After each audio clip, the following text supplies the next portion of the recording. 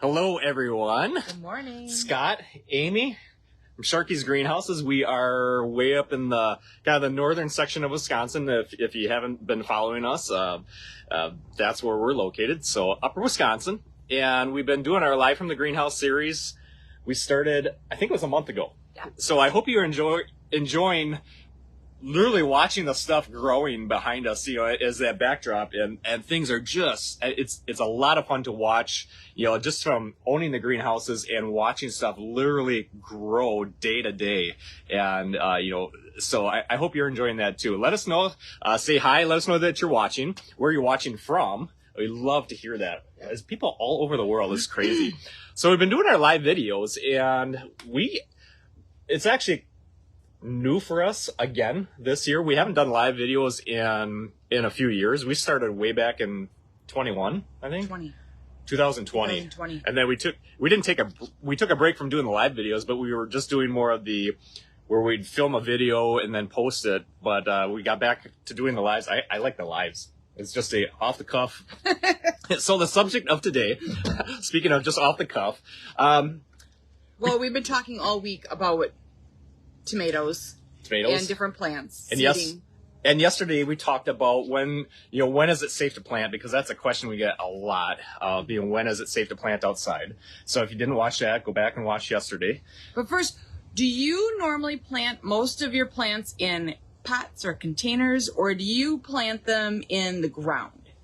Because there's a big difference. Like pots and containers you can move around. In the ground, they're in the ground. You're done. Right, and we do both. We do. And actually, we don't have a big garden because your mom has a massive garden. She has a massive garden. Loves it. Yeah, and we plant in containers for our garden. But we've been planting for 6 months. Yeah. When everybody else is starting to plant, we're like, oh, we've been doing this.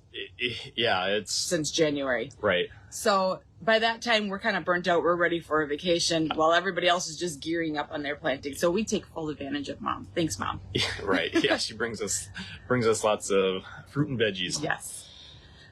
But yeah, so we've been talking about tomatoes and other plants, and we were talking this morning. Yeah. And let's get them. How do people go about getting them acclimated to the outside? Now that's if you seed them yourself. Yep. And you're in a nice warm house, and how do you acclimate them to the outside temperatures? And for us, we're in the colder regions, the upper Midwest, and of course right now it's March and it's 10 degrees outside right now. So we're not talking about putting any plants outside yet.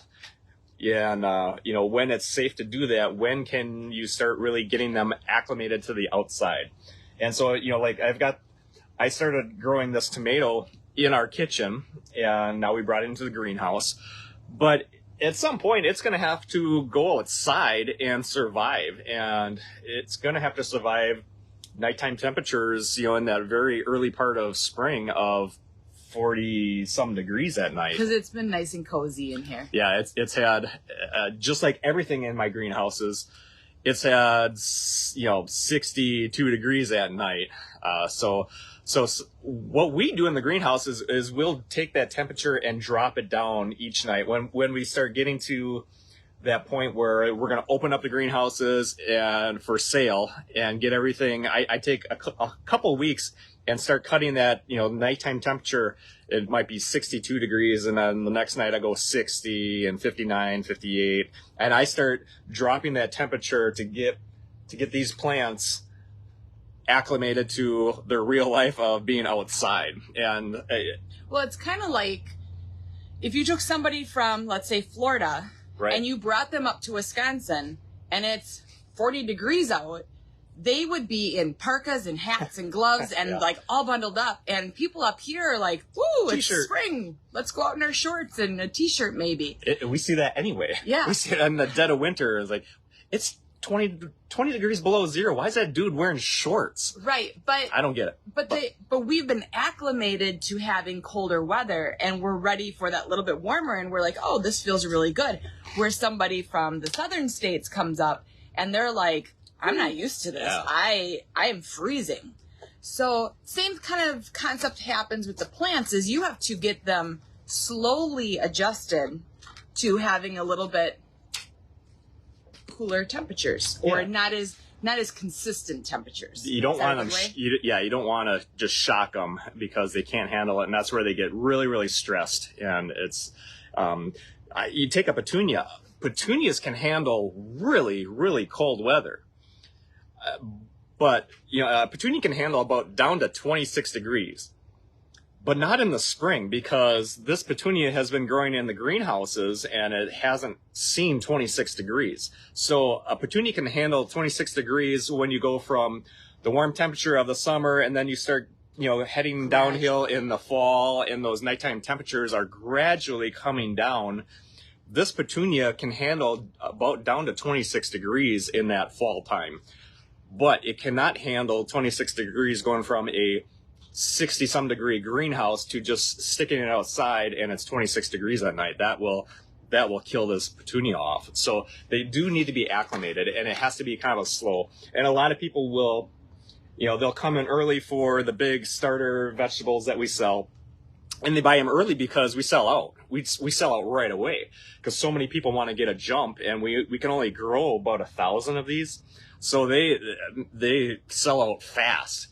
So people will come in, they'll buy them, but now they have to Care for them. Yeah, bring them in and out of, and I tell them, put them in the garage at night. So at least it's safe, and maybe it's, 50 degrees in the garage at night, and then get it outside during the day so Even they can soak hanging up. baskets. Yes. A lot of them go out for Mother's Day, of course. Oh yeah, A lot. That first week, it's crazy around here because But people. you are then people come in. responsible for taking them in and out and making sure.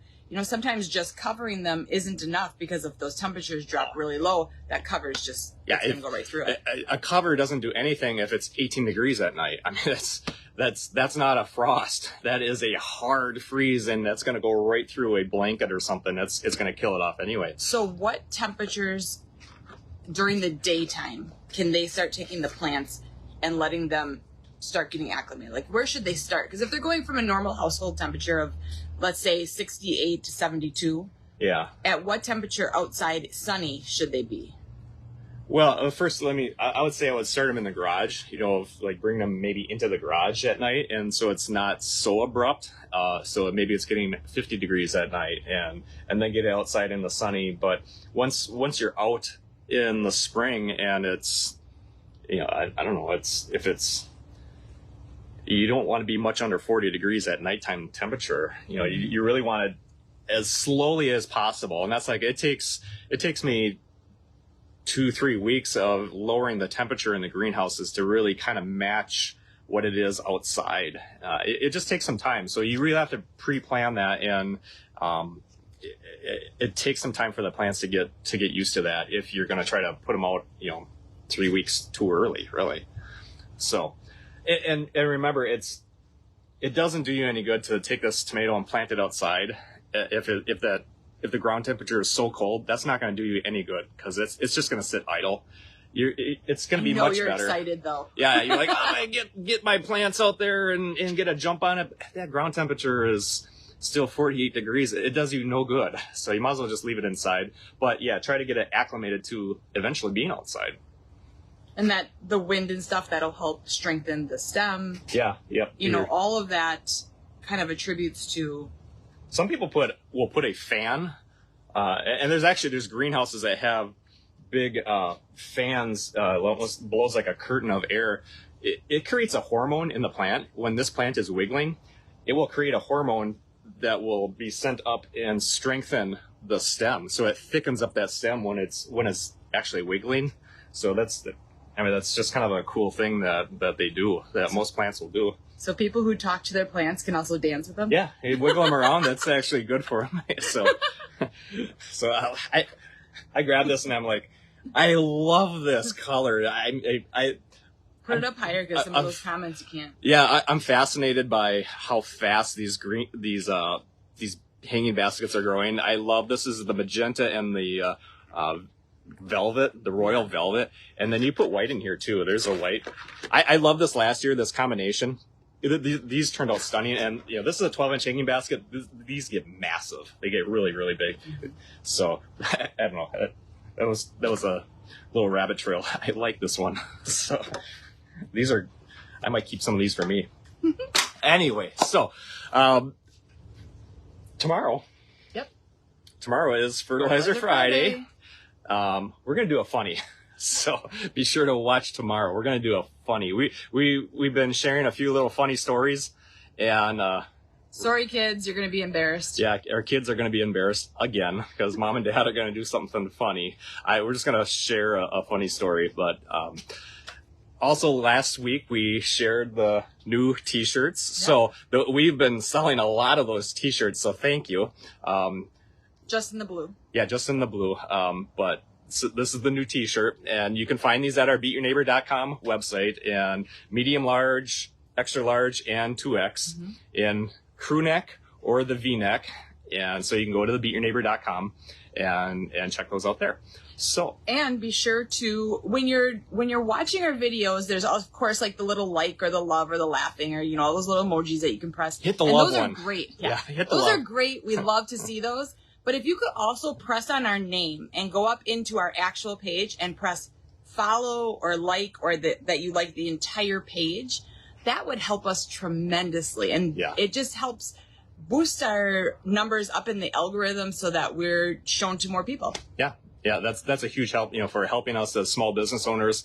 Hit that follow button if you're on Facebook, or if you're on YouTube, hit the subscribe. I mean, that just helps us massively. We don't charge anything for, you know, the plant advice that we're giving. We're not charging anything, but we do ask that you click on that follow or click on that subscribe, and that is a way of supporting us as small business owners, and we appreciate it and we love that. And check out the Beat Your Neighbor website. Yeah. So we will see you again tomorrow. See ya. Bye-bye.